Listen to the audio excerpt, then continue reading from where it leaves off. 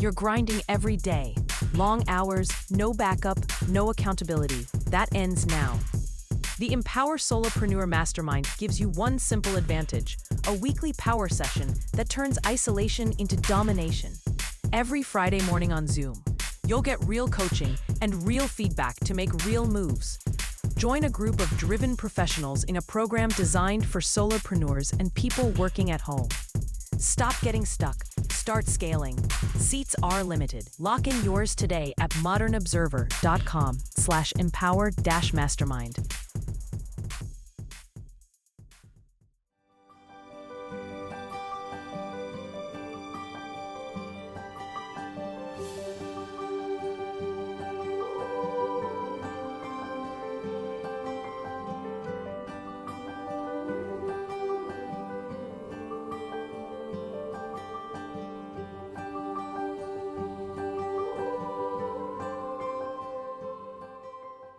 We are lighting the candle, a world that works. I'm Bill Karel, and I'm here with my really faithful good friend, Jan Jeremiah. The two of us just enjoy each other's company.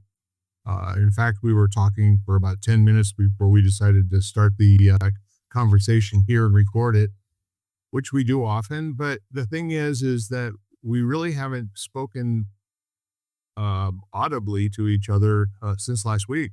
We've shared several other communications going back and forth. But just so you all know, Jan is one of the people in life that I like to touch base with frequently, simply because she has a lot of street smart as well as book smart. And quite frankly, she's just a great person. So here we are. We get a chance to chat with each other for a little while. And I guess what we decided to do when I said, let's go ahead and record, we're talking about, what's going on in the world. Generally, we didn't talk about anything specifically, but I think you at home can probably zoom in on what is going on in the world, or what you think is going on in the world based on where you get your information. But there's many, many different ways to get updated on situations that are going on. I'm not really sure that we're going to ever recover media to the point where it's got enough credibility that we'll just listen to a report and believe it. I think that ship has long since sailed. But I think in the meantime, when we understand all the things that possibly can be going wrong, or the things that could be up in the air, and how they are for people that are right up close to what's actually happening. I don't know about you, Jan. I just feel blessed. Um, I feel, I mean, could be, and we were talking about this before we got on, just what I have going on. I think I feel overwhelmed at points, to be honest. I think I feel overwhelmed with everything I have personally going on, and then with everything that's going on in a more global sense or national sense, and trying to make space for both. And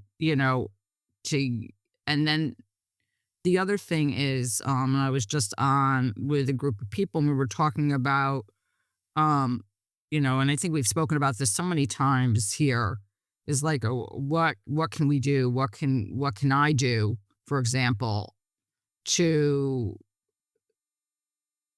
somehow have some sort of impact on my own life, and then hopefully on and on the lives of others. Yeah. What can I do? And I think that I was going back and forth yesterday via text with a friend of mine in California who I hadn't spoken to in a long time, and I just messaged her out of the blue, and I just said, "How you doing?" or whatever, and basically she came back with the same comment. She's like, I think these times, I'm doing okay, or I'm doing the best doing okay and the best I can, with everything that's going on in the world. And, and then she said, and she's a birth doula. So she helps deliver babies all the time. It's kind of like a nice, what I think of as kind of like a nice happy field to be in. You're usually, it's obviously with people who want their babies or whatever. And so she's quite busy. And, but, she's like, we each just do our small part. Like that's, you know, and I told her a little bit about what I'm up to and I feel the same way. I just keep on going. Like we each, keep doing what we can. Well, see, an interesting perspective on it. Back in the days when we literally had three major networks, newspapers that got published once a day, radios that were up to the minute in terms of whatever was on the AP wire, life was different. It was absolutely different. It's increasingly hard to carve out a space of somewhere where you can be undisturbed by the reports. And I mean, not react to the reports, but how about just not hear them for a while? You know?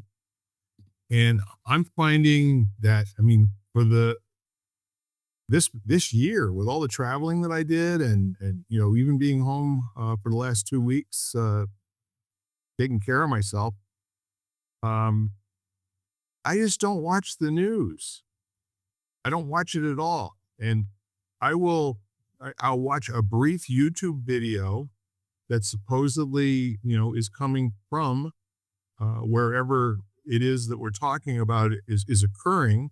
And at this point, that could be about 15 different places around the globe. And I think in the meantime, I don't know how it is for many people, but my friends on Facebook, I'm seeing some that are really struggling right now. They're struggling with trying to find, like you said, what can we possibly do? And I was raised like there's three, wells that I have, and it's called time, talent, and treasure. Those three things are where I go to. And if I have excess in any of the three, then I've got an opportunity to do something with that. As my number of trips around the sun gets greater, I'm less interested in giving my time away, if you will. Mm-hmm. It's easy to just give away treasure. And, I think one of the things you said, I think part of my, I was talking about this with a number of people is that, part of it is this sort of like, I read stuff and I'm like, is this really true? Like, are these really the facts?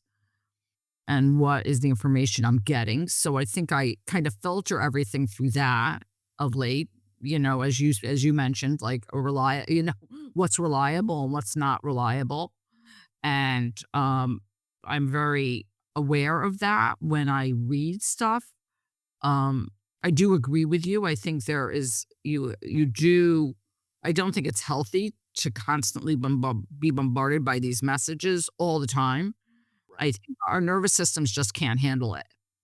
There's constant, like, what you might call spike in cortisol or stress, like all of a sudden you read something and that angst or that, your heart begins to race and all of a sudden, you might call the worry gene kicks in or the catastrophizing gene and all of a sudden you're on a train down some, sort of, you're on a speed train, your thoughts and your emotions are on some sort of speed train. And so I think that you need to carve out that time. And I think that that's when I turn to, like that's what I mean when I say, what can I do and what influence can I make? And it might be one, not engaging with that, like, so not watching and at least not watching, and not paying attention to those kind of like flashes on my phone, which come up with news brief every other second because, they're constantly, it's like on the main screen, like it's like, okay, news flash. And I'm just like, and not paying attention to that. But it's also like, what, like concrete things can I do that will enhance my life, enhance the other and everyone else's, like, and so What conversations can I participate in that are valuable? Right. What who can I help that might need, something that I can provide?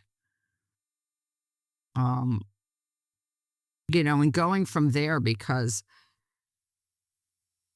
yeah, 'cause otherwise I think it's very depressing. I think it's like because otherwise you walk around and you're completely overwhelmed and depressed. Yeah. Well, I have a takeaway about that, and I think that increasingly, I think we're starting to listen to whatever's going on with a sitcom frame of mind, right? Like we know all the players now. We know whose reputations are what. We know, these are things that are solidly built in through, you know, hundreds of millions and even billions of dollars of marketing and saying things over and over until they only have to use a word or two to like get us right to where they want us before they give us the next little bit of information. And so for me, if that's the case, it's like, how well do I know, um, you know, the characters on the Big Bang, or how well do I know the characters on Tim the Toolman Taylor, and so the familiarity and what has happened in terms of taking things that are extremely important and overwhelming us with minutia and details and, for lack of a better word, just crap every day. It's not meaningful. It doesn't create anything in the world.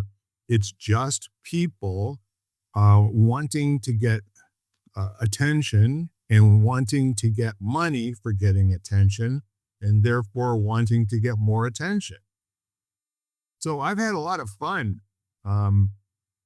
My favorite response to emails today is pretty much unsubscribe, please. I'm unsubscribing from an average of 20 to 30 emails every day or two. Now, that doesn't mean I'm not getting them anymore, but sooner or later, some of them go away. Hmm. I've started doing a little bit of research into a couple of pieces of equipment that I'd like to have for my home. And now I'm inundated. Oh. I was noticed by you notice my manic laugh. It's like that because that's so true. What I find I do is I'm really careful about what comes across like my feeds of like Facebook feeds and not because I want my opinion to be like totally reinforced. Like I mean that's not my purpose in it. Because basically what you like and acknowledge is what you're given more of. And so that's not the purpose of it. For me, it's the majority of things that I tend to have passed down my screen are things that are, I don't know, that are much more about mindset or self development, that are much more, um, poetry, like anything that I find, inspirational or um, maybe what I would call life enhancing, Yes. um, versus just being fed that negativity and that sort of alarmist kind of panic kind of energy at all times. Uh, and that's, that's my way. That's like my equivalent of the email. It's like, can I filter out all this stuff? Like I never was good at handling the mudslinging when it came or like when it came to election time with, people who would like either that or health stuff. Like I get a lot of health posts, at different health topics and everything and from people I follow, which are really like top-notch people, which I love. But otherwise, I've always gotten very tired of that whole mudslinging when it came to like election time or opinions because I'm just like I couldn't handle like the anger toward like people would kind of express toward each other. Like Yeah. it just seemed to be serving any purpose because it's one thing to have a conversation with someone and then you have a discussion or whatever, but to have one-sided just like negativity or anger or fear coming out at you, to me, I'm like, what does that really give me? Because I'm not getting an exchange with anybody in response to that. Right. Yeah. At some point, and that's exactly what I'm talking about is that it's, you said during election times. Well, it's 24/7, 365 days a year now. Yes. It used to work to get people to send in money and make donations to campaigns and stuff by getting people upset.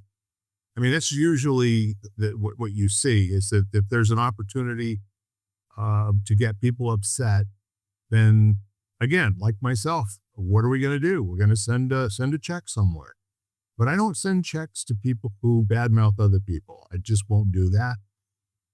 And I'm really interested in listening to the conversations where something's being built or an idea is being fleshed out, or there's a future facing endeavor that's going on by people that I don't know necessarily. And I enjoy that. I really do. I like watching technology videos, YouTube videos where people are discussing how they're solving different problems. And they're discussing, what they're doing to take something we've all decided is just a mundane pain in our what, and lived with it. And they're saying, guess what? You just really don't have to worry about this. And oh, by the way,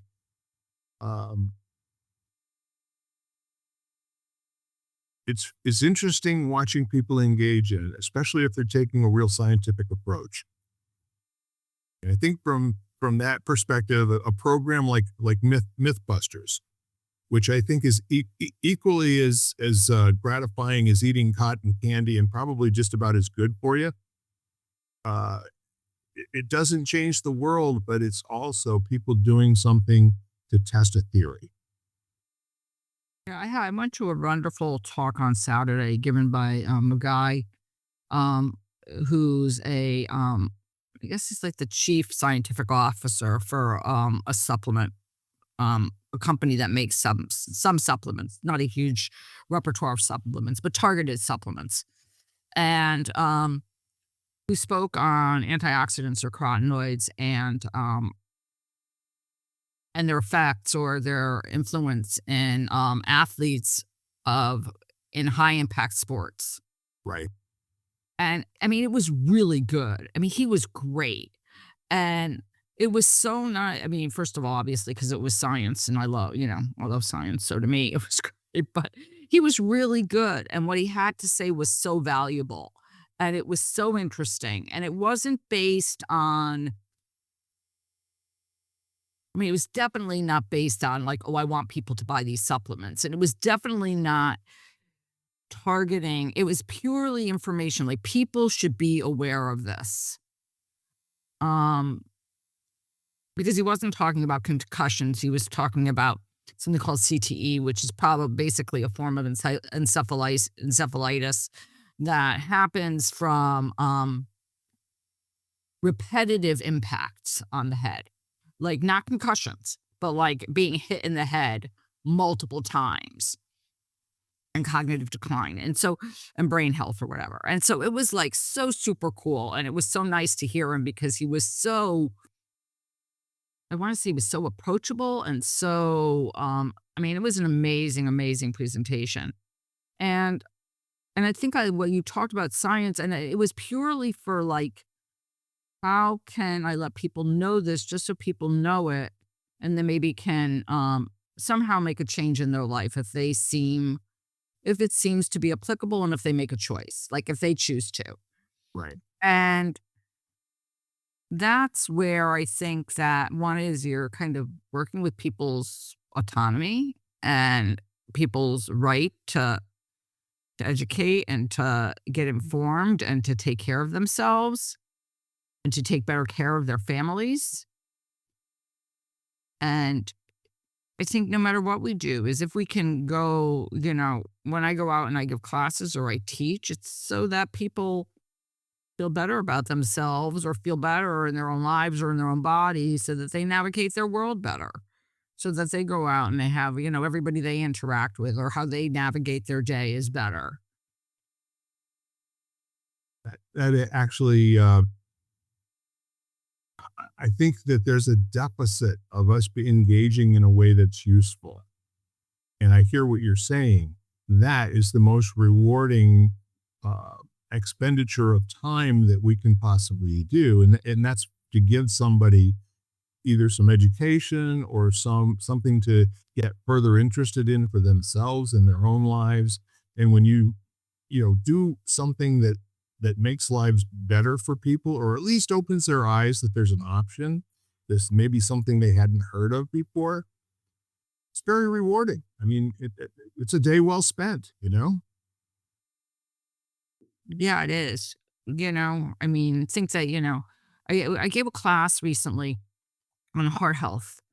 And at the end, I said, if you were to go back to anything I just said over the past, whatever, 45 minutes or a half an hour or whatever, and I said, and if you could think about doing one thing, and I'm not having, one thing that would, somehow enhance your well being.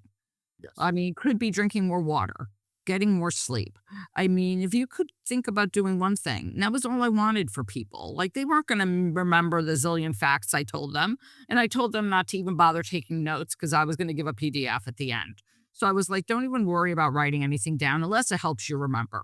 But I said, if you just want to listen, that's fine because I'm going to give you a handout at the end. Because I want you to because I don't want you to have to be focused on what, oh my gosh, I missed that kind of Yes. thing, which is what I get hung up on.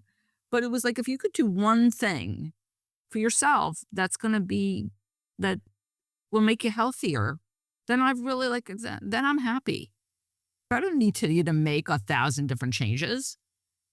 And I don't think you should set yourself up for that because most of the time you're going to fail anyway if you decide you're going to change 100 different things in your life because no one can, that's too overwhelming for everybody. So I'm like, just one thing. So maybe Do. one thing you can do, and maybe what we're talking about, maybe it's okay, for for this amount of time every day, I'm going to disconnect. I'm not gonna check my phone. I'm gonna turn it off. I'm gonna put it on airplane mode. I'm gonna, or I'm going to shut down my computer and I'm not gonna get online for whatever. Or I'm not gonna schedule one more meeting for that day. Or, but I'm like, one thing that you could do to go out and say, okay, well, I'm gonna give myself a little bit of space. I'm gonna press the pause button. And I'm going to pause. You can push play when you're done if you want. You might choose not to push play. Yeah. Yeah. I mean, there's a big mental change that happens when mobility is in question, and I've had for the last month and a half, a real opportunity to see what it feels like, to have little pockets of exercise time, and being able to fine tune where I'm moving and the type of motion that I'm engaging in so that it is enhancing my strength in particular parts of my body, as opposed to constantly just being in pain when I just try to stand up or bend over. And what I'm thinking in terms of is how that starts to recede into the background as more confidence is there. And the other interesting perspective on that is that I've had many little wins. They're not anything engaging with other people. It's just engaging with myself at this point and challenging myself to do things in a particular way that's not just bowling through something and perpetuating, the acute nature of my injury. And with that in mind, it's kind of exciting to be able to accomplish some things that I couldn't do 6 weeks ago, or 5 weeks ago, or 4 weeks ago. Yeah, it's interesting. And sometimes, uh, yeah, I mean, I think that's great. And I think that there is something that's obviously true. There is a reward mechanism that happens, Yeah. because I think then it becomes almost self propagating because you see the improvement. So you want to do it more because you see that, or, whether it be a visual appearance or a strength or some sort of measure for yourself of like internal measure of like, oh my gosh, this is now easier for me. Oh my gosh, you know, I'm a big, like, I increase time on stuff. So, for example, if I have a vibration plate that I got, which is basically just a platform, it's electronic that vibrates. It's supposed to be good for bone density, for circulation. Oh, good. And I've been increasing the time that I do it. So I'm always like, okay, I'm going to be overly cautious maybe, but that's who I am. And I'm like, okay, well, I'll start out with this amount. And then every week I'll increase it to more time, or slowly I'll increase it to more time. So I've been doing that. And the things I notice about the changes for me, which it's not about what anybody else sees because I don't know that anybody else would notice anything, Exactly. but I notice it. That's important. And so then I'm just like, okay, well, I notice there's a difference. And I think when we look at whether it be some sort of physical practice or sort of meditation practice, and I say practice or whatever, I think that that's when we start to see whether something is influenced. It's like when I know when I either consciously, whether it be, you could call meditation or just focusing on my breath, whatever you want to call it, quiet, pausing time. Um, I notice how I feel versus when I don't do it. Yeah. And then all of a sudden I'll be like, I really handle my life so much better when I do this. Right. So you know what I wonder? It seems like there's an objective approach that can be taken with this line of thinking as well. Because I don't know about you, Jan, but when I'm focused on something that I'm doing that's making a difference, even if it's just for myself, I'm not entertaining thoughts about the unfairness of the world, you know? I'm not entertaining thoughts of what should and shouldn't be happening out there. uh, all of which I have no direct corroboration of anything.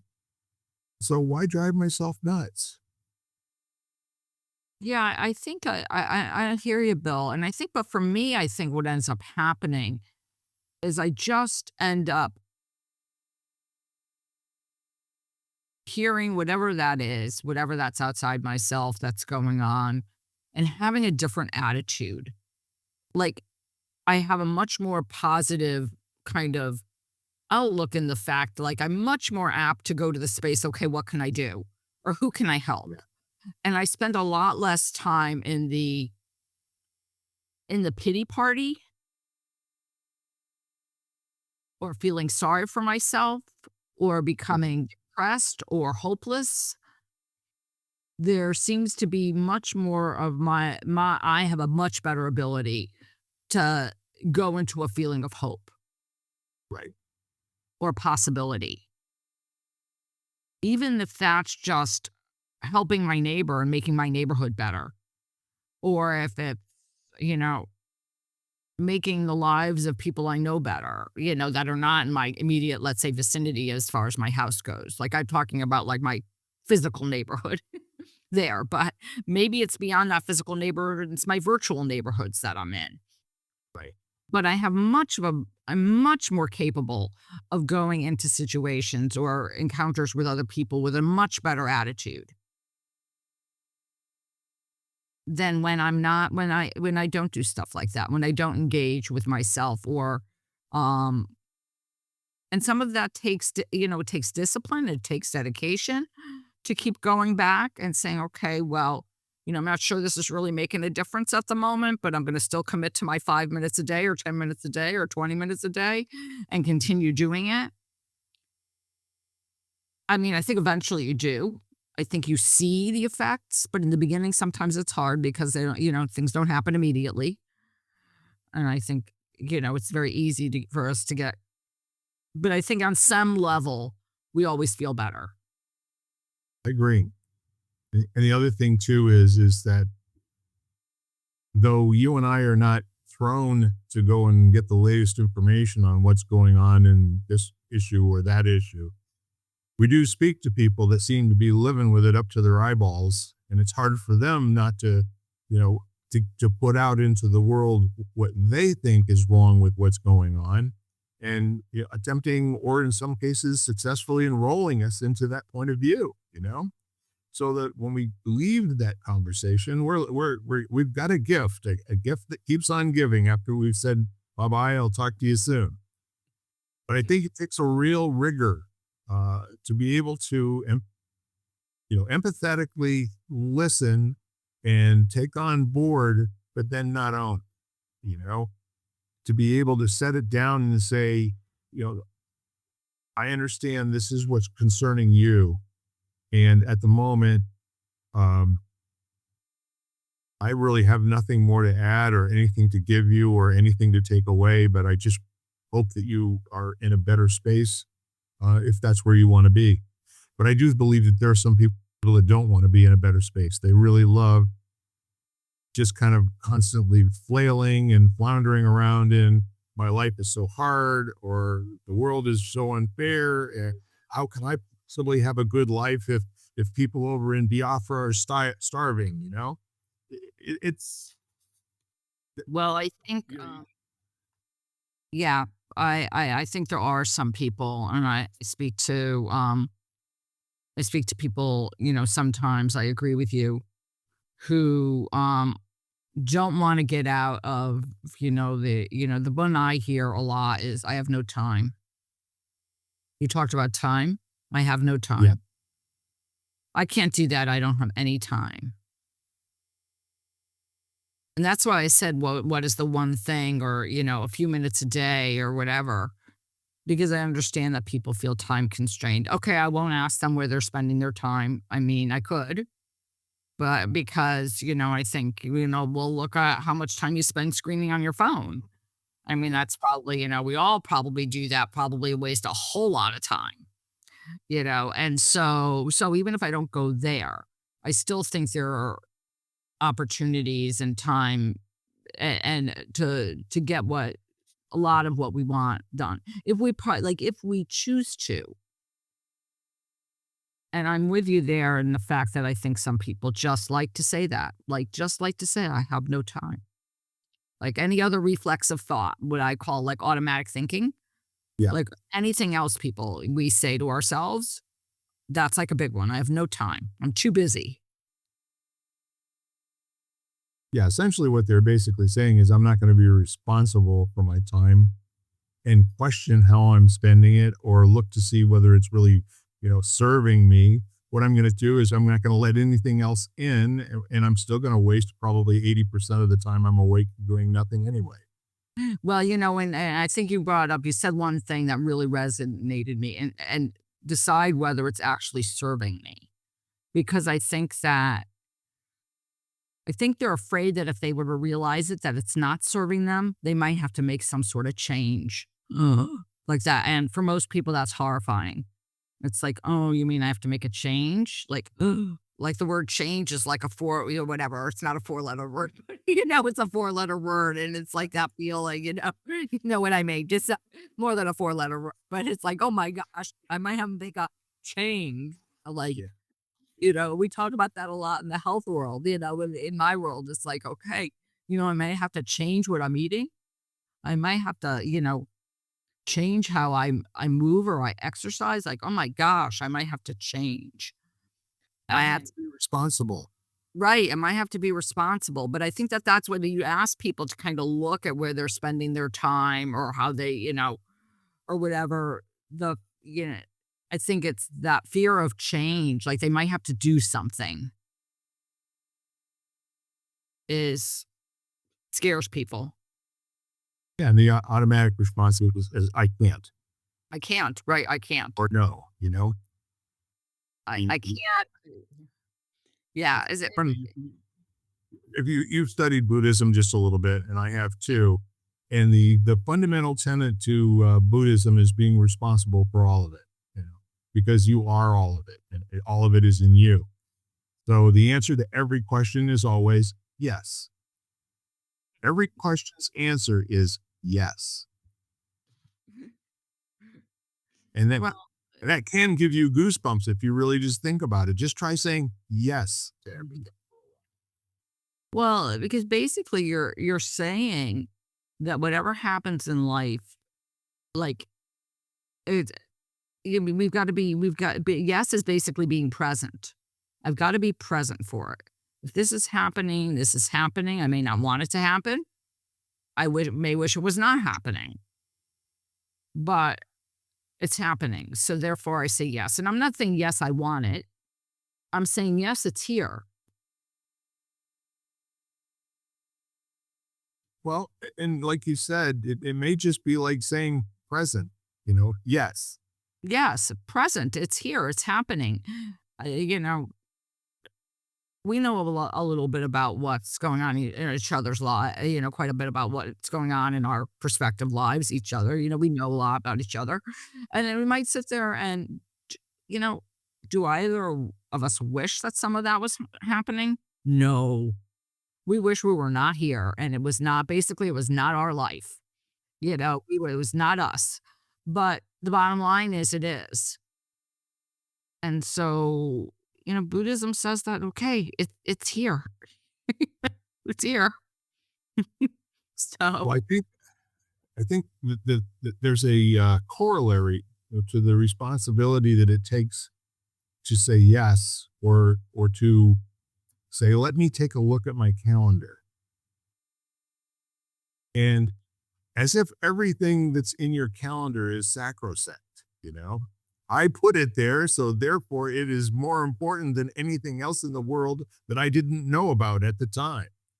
Now that's just ridiculous thinking. But that's what we do. mhm. Once we've written it down, man, it might as well be in a stone tablet somewhere. Yep, it's one of those 10 commandments. Or shall not change your calendar. That's all not, Put anything in that you hadn't already agreed to. that's right.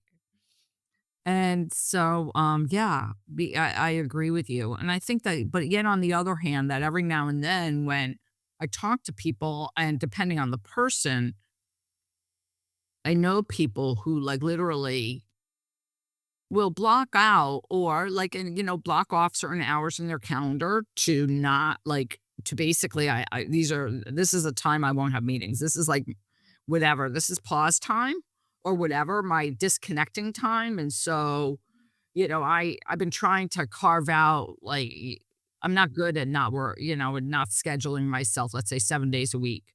And I've been holding one day a week as like basically like I don't want to get online. I don't want to have a meeting. I don't care if it's one meeting for an hour. It tends to disrupt my day and get me into that working brain. And not that I don't work. I might work and work on stuff on that day, but I don't want to have to like I don't want an appointment. Like I don't want something on my calendar that is scheduled. And so I've been very focused and I had not the opportunity. I had a meeting that I usually have a planning meeting on Friday, and the person who I have it with couldn't make it this week. And so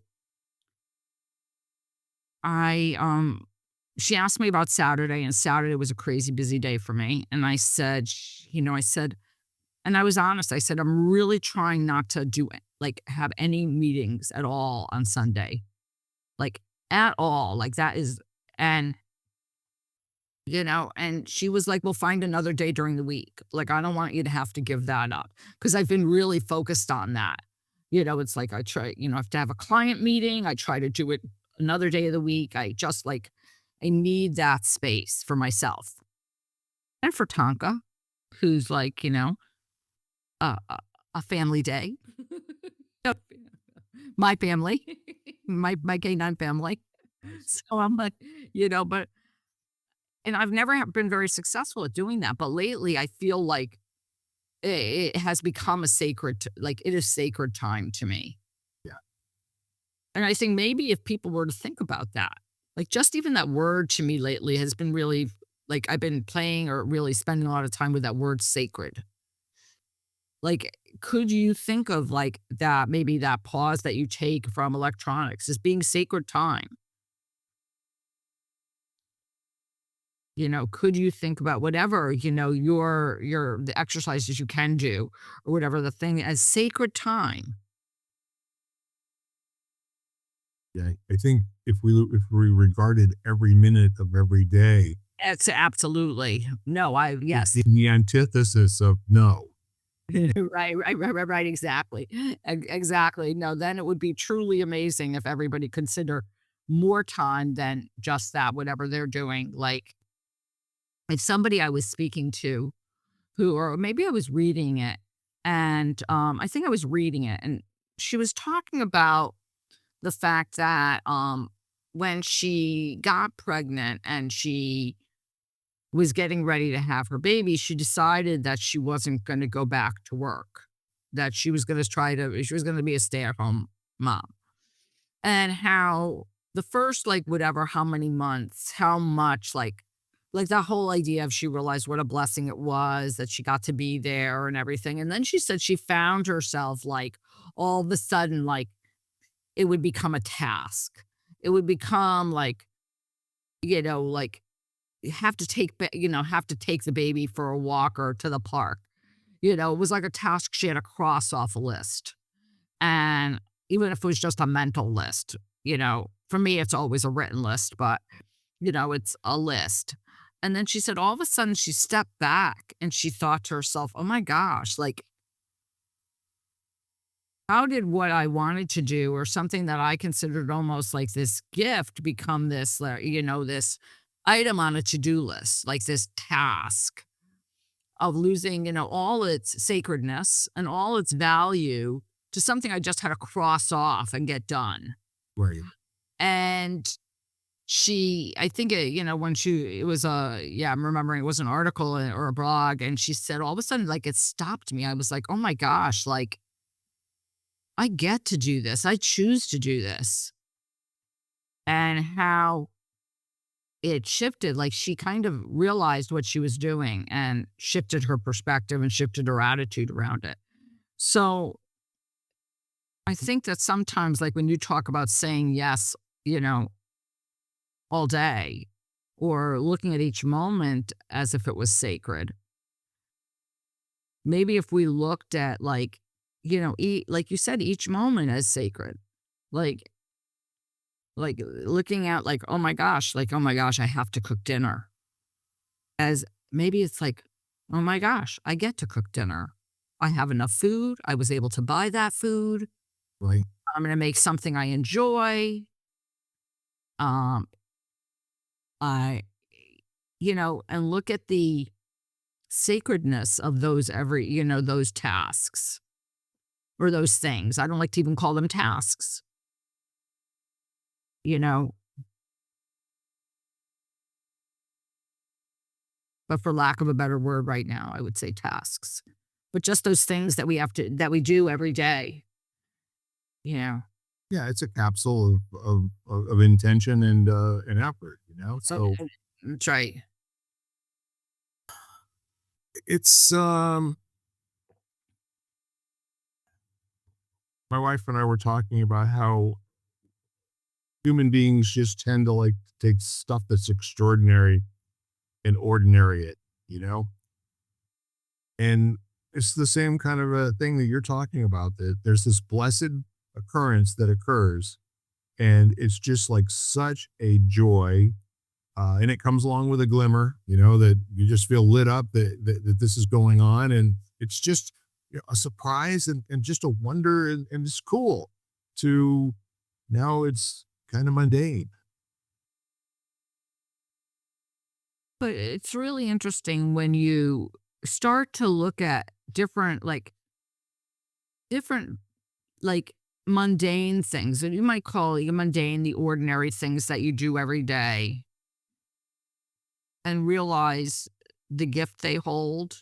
Or, I mean, I don't like to, I'm always like, I was never crazy about the quote, well, there are people who have it worse kind of thing.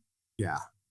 Because I just don't like that phrase. But when you think and you navigate the world where like you can get up and look at the sky is unbelievably blue here. Well, there are people that never get to see that sky. Right.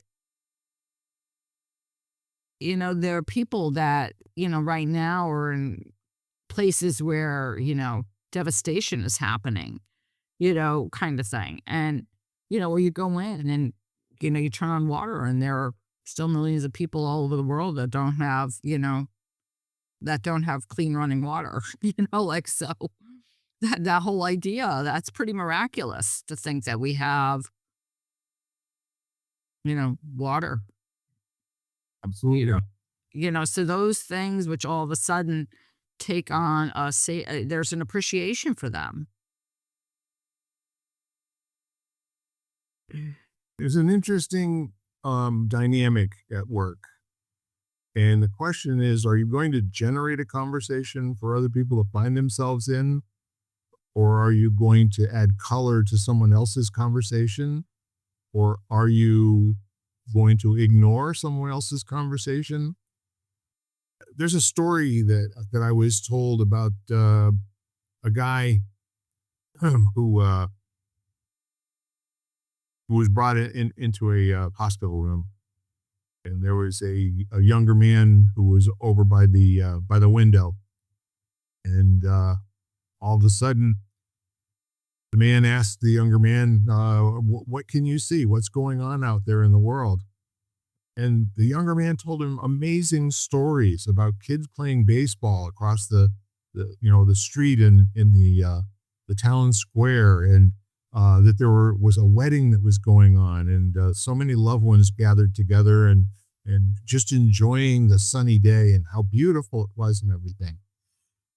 And so one point, the man, weeks, months later, after hearing these beautiful renditions of what the man saw out the window, goes in for an operation and comes back hours later to find that the young man's bed was empty. And he says to the nurse, what happened to John? And she said, well, John passed. John had a terminal cancer, and you got to be with him his last days on earth. And he said, well, that breaks my heart, but would it be possible if I could have John's bed? And when he got over, she said, no reason why you can't, if that makes you happy. He got over to John's bed and he looked out the window, and it was a brick wall of the building next door. He said, oh, by the way, John was blind.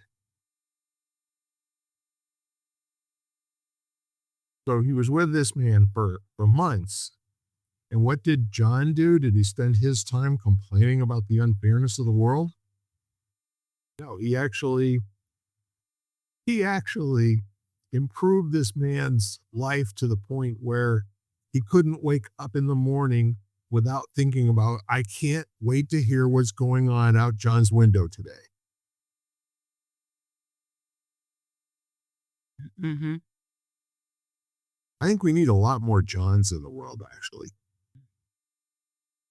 People who are willing to talk about and predict the goodness of people showing up. That's going to, the old love conquers all kind of a thing, but not in a Pollyanna sense. How about just in a common courtesy, common respect, common sense, common decency? If we made those things common again and not rewarded people who are constantly tearing things down and saying horrible things, that upset us, and we pay them money to tell us more. Mm-hmm. No, I agree. It just, yeah, I mean, I think this has always been, an issue anyway, and now even more so. Um, with the things that are publicized and put out there, and basically therefore people are paid for, and that is like the whole promoting of stuff that's negative, or like, and not giving any airtime to the amazing people out there in the world doing amazing things, Absolutely. you know. And I think that that's truly, um because I think that if you want to, yeah, and that's always been an issue, but I think now, so more now, so that people are so much more connected all the time, and that's all, and all they hear is the negative. But I think that there's a lot, there are a lot of people out there doing some really great work. Yeah. Yeah, that's what we really need to celebrate. I mean, those are the true leaders. Those are the people that are making the world better at the level of human being. And they're not trying to talk us into anything. They're too busy doing it. And it's a life's work for them, not something they're doing to get attention.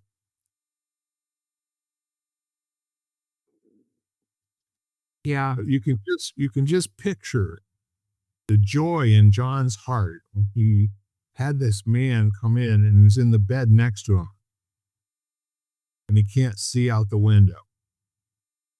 And John's got this opportunity.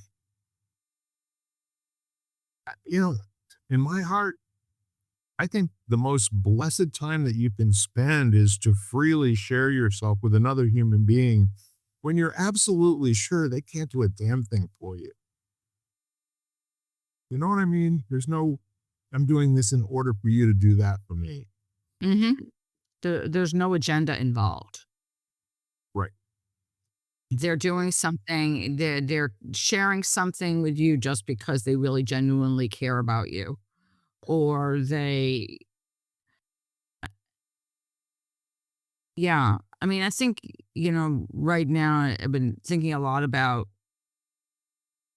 upbringing, and what our parent, sort of like, what our parents do and what they tell us, and how much that is based on, not in a negative way, but it's based on their own experience. And therefore, I think, or just in general, I think that that's how people navigate the world in general. It's based on their own experience. And when they share something with you, it's, whether it be negative, like a caution, or a help, it's being filtered through whatever their own experience was.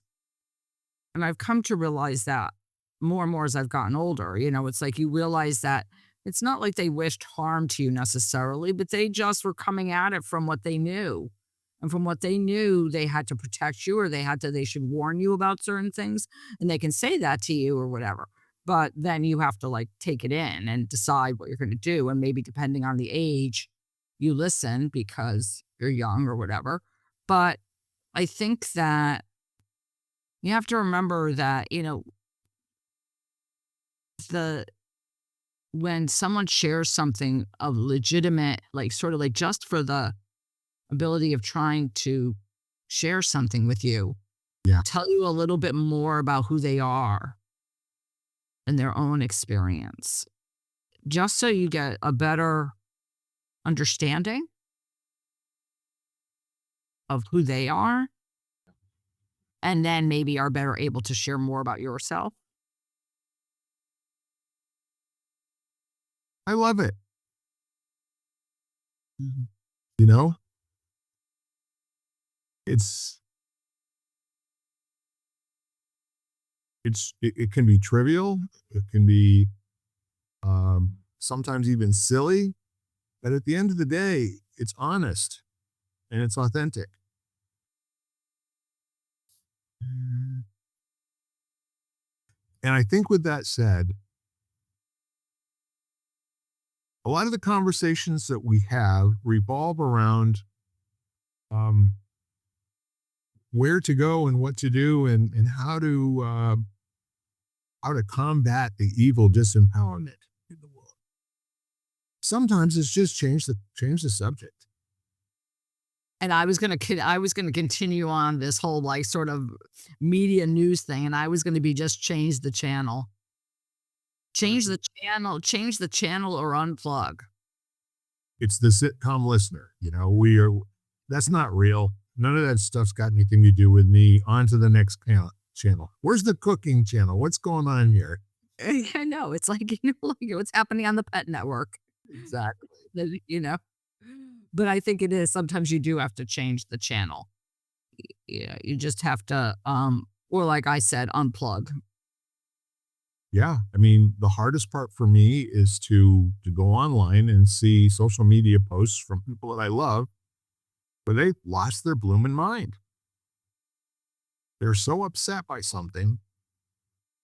The words that come out of their mouth are not like anything I've ever heard them say in real life. And I'm giving them permission to go crazy. Okay. I'm not judging. I'm not even interested in changing their mind. But I do know that these are intelligent people. They just got to change the damn channel. They got to get more information than they're getting right now if it's starting to affect their daily life. Well, I think that if they want to do that for, first of all, for like, for a certain amount of time, not that I'm saying they should, for a certain amount of time a day. Second of all, I think they have to realize that them, whatever lashing out they're doing or however they're expressing, maybe they feel it serves a purpose. But if they do feel it serves a purpose, what purpose is it serving? Like, is it serving me to get so upset and to kind of perpetuate? Is it helping anybody else to kind of like keep, like, voice my opinion? Is it like promoting any change? Was it helping other people live a better life? And maybe I'm being like too basic for it. Like it's just too basic, but I think you have to start asking your questions. Like, is it serving? It doesn't have value in any way. Well, what's interesting is you're offering a right brain solution to a left brain problem. Almost never is there any rationale or any logic or anything like that. It's a visceral, in the body upset. They probably can't even name. You know what I mean? Which is why they're doing what they can to lash out at whatever they're lashing out at. And I'm suspicious that it's not doing them any good. No, I mean, I agree with you. I agree with you. It is. And, as you said it, you're right. But I think it is a very visceral, very physical reaction that happens. And so that's why, pausing and disconnecting and actually asking yourself questions of like, okay, what is this really about for me? What is it triggering me? Where does it come? Like, where does it come from? Like, what has my experience been? Yeah.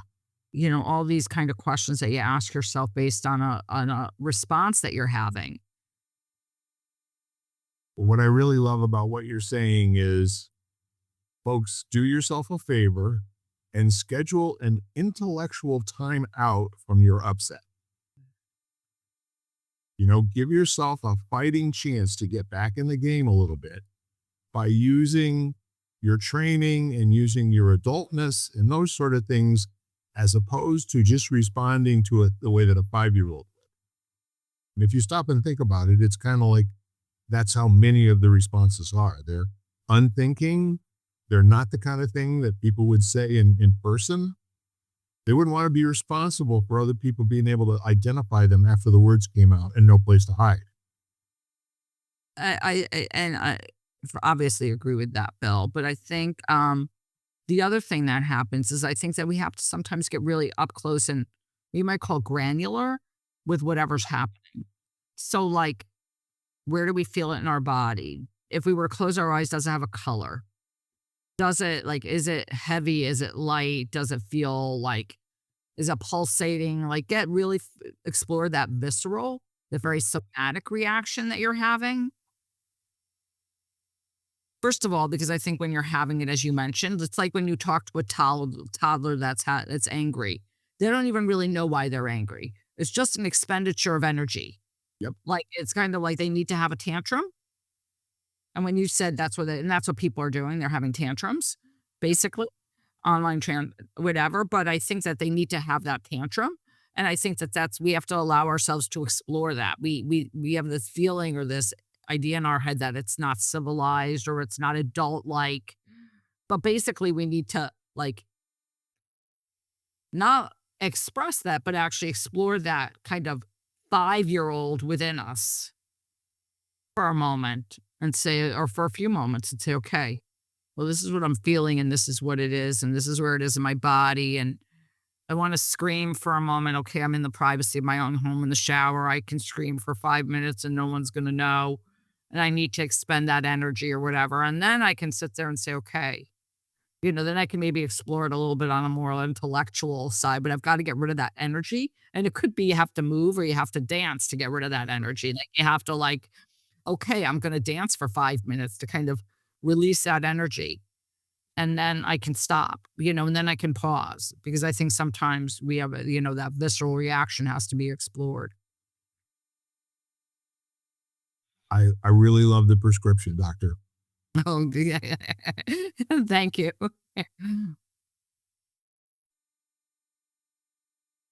So, how do we wrap? What kind of a bow do you want to put on this week's conversation? Oh, gosh. What kind of bow? Maybe it's what I started with. Maybe choose one thing you can do.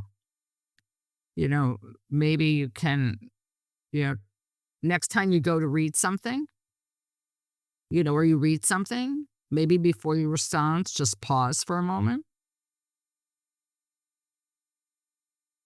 and